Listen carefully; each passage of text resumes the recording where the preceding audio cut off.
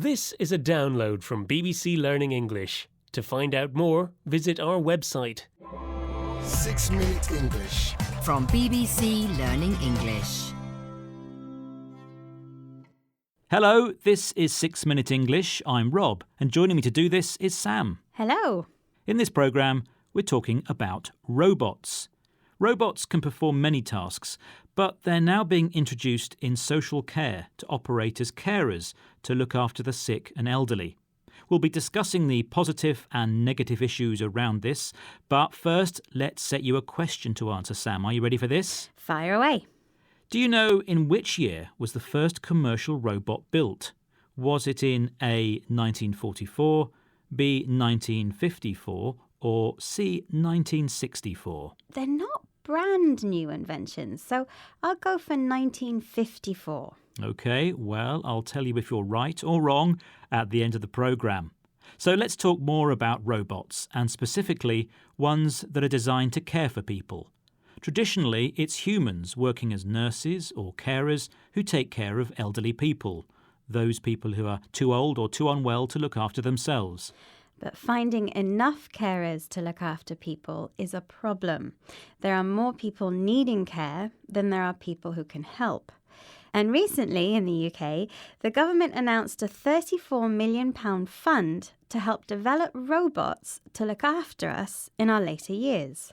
Well, robot carers are being developed, but can they really learn enough empathy to take care of the elderly and unwell?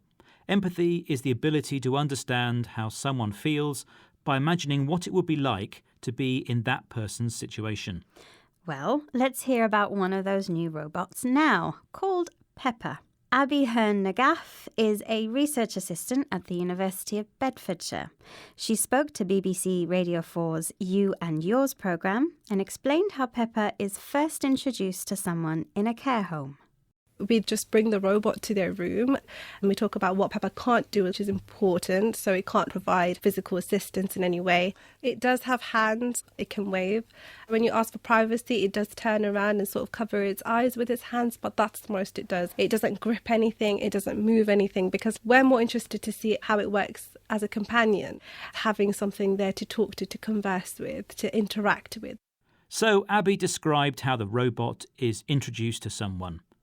She was keen to point out that this robot has limitations, things it can't do.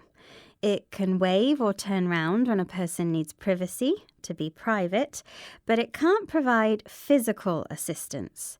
This means it can't help someone by touching or feeling them. But that's okay, Abby says. This robot is designed to be a companion, someone who is with you to keep you company. A friend, in other words, that you can converse or talk with. Well, having a companion is a good way to stop people getting lonely, but surely a human is better for that.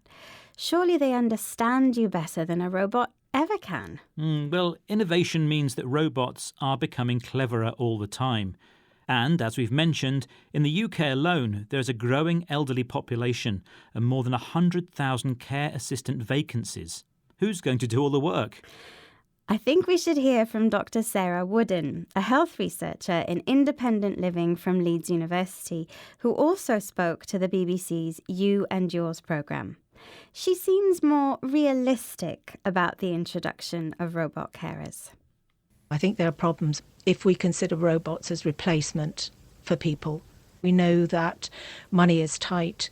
If robots become mass-produced, they could be large institutions where people might be housed and abandoned to robots. I do think questions of ethics need to come into the growth and jobs agenda as well, because sometimes they're treated very separately. OK, so Sarah Woodin suggests that when money is tight, meaning there's only just enough, making robots in large quantities or mass-produced might be a cheaper option than using humans.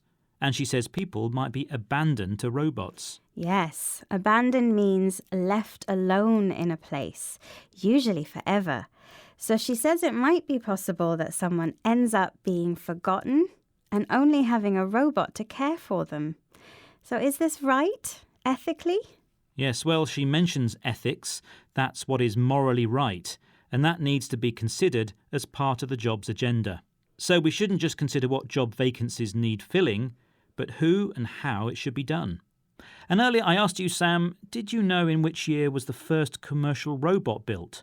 And you said... I said 1954. Well, you didn't need a robot to help you there because you are right. Yay. Well done. Now let's do something a robot can't do yet, and that's recap the vocabulary we've highlighted today, starting with empathy.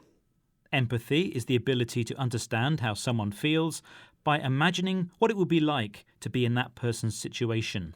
Physical assistance describes helping someone by touching them.